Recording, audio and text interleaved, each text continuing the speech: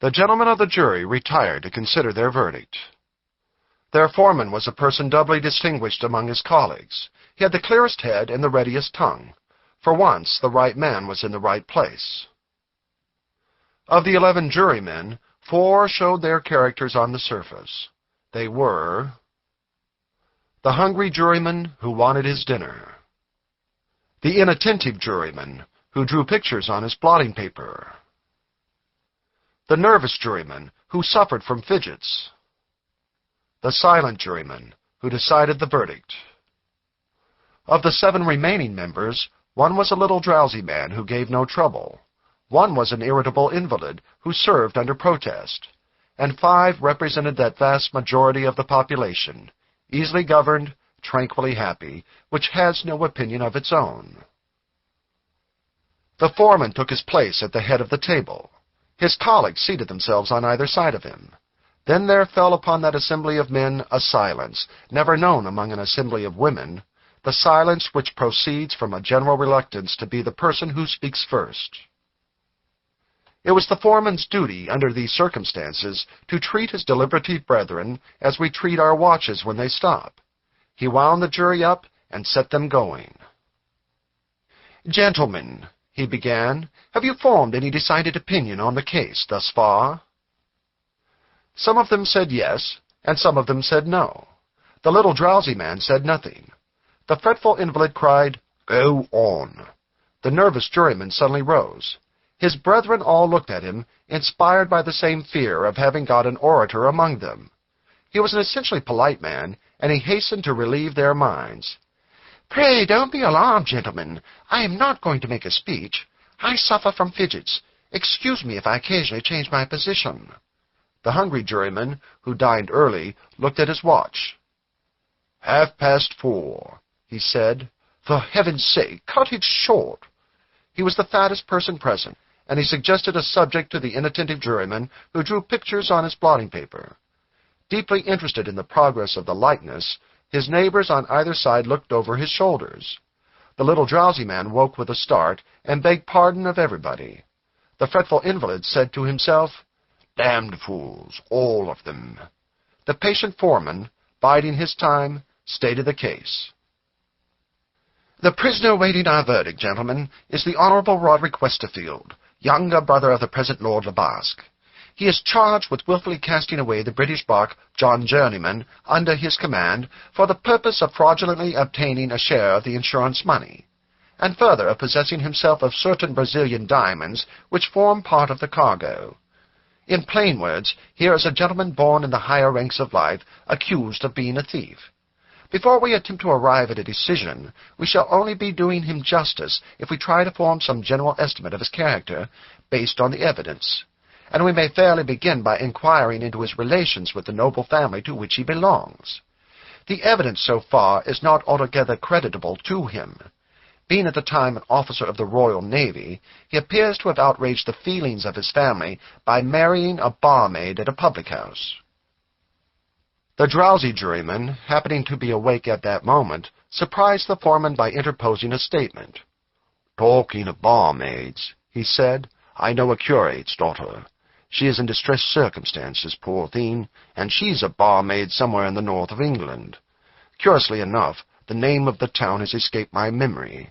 If we had a map of England—" There he was interrupted, cruelly interrupted, by one of his brethren. "And by what right," cried the greedy juryman, speaking under the exasperating influence of hunger, "by what right does Mr. Westerfield's family dare to suppose that a barmaid may not be a perfectly virtuous woman?" Hearing this, the restless gentleman, in the act of changing his position, was suddenly inspired with interest in the proceedings. "Pardon me for putting myself forward," he said with his customary politeness. "Speaking as an abstainer from fermented liquors, I must really protest against these allusions to barmaids." "Speaking as a consumer of fermented liquors," the invalid remarked, "I wish I had a barmaid and a bottle of champagne before me now." Superior to interruption, the admirable foreman went on. "Whatever you may think, gentlemen, of the prisoner's marriage, we have it in evidence that his relatives turned their backs on him from that moment, with the one merciful exception of the head of the family. Lord Le Basque exerted his influence with the Admiralty, and obtained for his brother, then out of employment, an appointment to a ship. All the witnesses agree that Mr. Westerfield thoroughly understood his profession.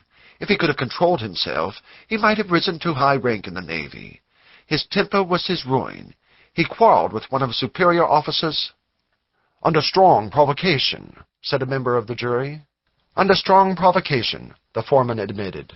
But provocation is not an excuse, judged by the rules of discipline. The prisoner challenged the officer on duty to fight a duel at the first opportunity on shore, and receiving a contemptuous refusal, struck him on the quarter-deck. As a matter of course, Mr. Westerfield was tried by court-martial and was dismissed the service. Lord Le Basque's patience was not exhausted yet. The merchant service offered a last chance to the prisoner of retrieving his position, to some extent at least. He was fit for the sea, and fit for nothing else. At my lord's earnest request, the owners of the John Journeyman, trading between Liverpool and Rio, took Mr. Westerfield on trial as first mate, and to his credit be it said, he justified his brother's faith in him. In a tempest off the coast of Africa, the captain was washed overboard, and the first mate succeeded to the command. His seamanship and courage saved the vessel under circumstances of danger which paralyzed the efforts of the other officers. He was confirmed, rightly confirmed, in the command of the ship. And so far, we shall certainly not be wrong if we view his character on the favorable side. There the foreman paused to collect his ideas. Certain members of the assembly, led by the juryman who wanted his dinner, and supported by his inattentive colleague, then engaged in drawing a ship in a storm and a captain falling overboard, proposed the acquittal of the prisoner without further consideration. But the fretful invalid cried, "Stop!"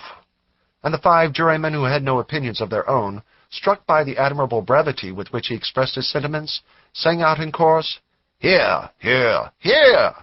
The silent juryman, hitherto overlooked, now attracted attention.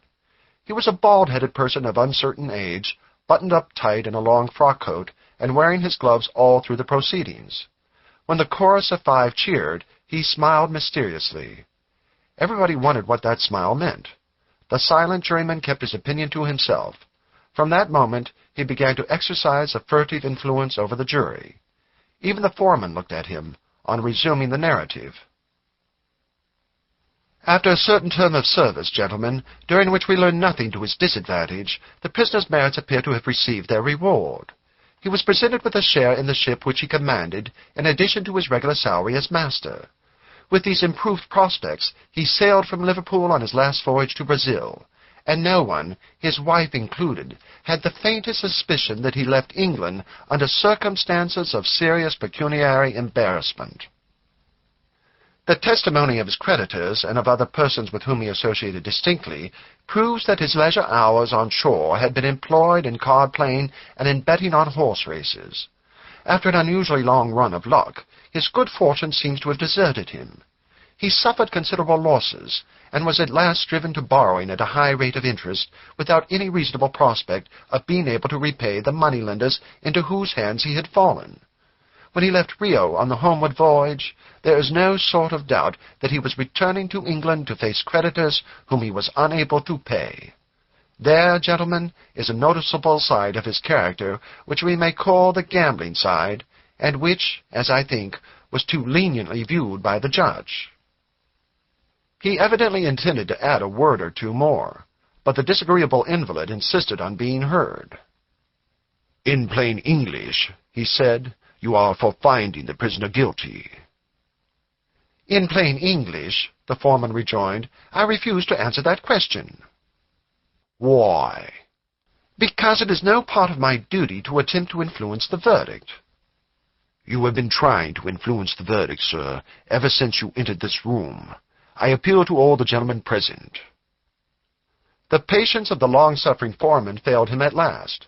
"Not another word shall pass my lips," he said, "until you find the prisoner guilty or not guilty among yourselves, and then I'll tell you if I agree to your verdict." He folded his arms and looked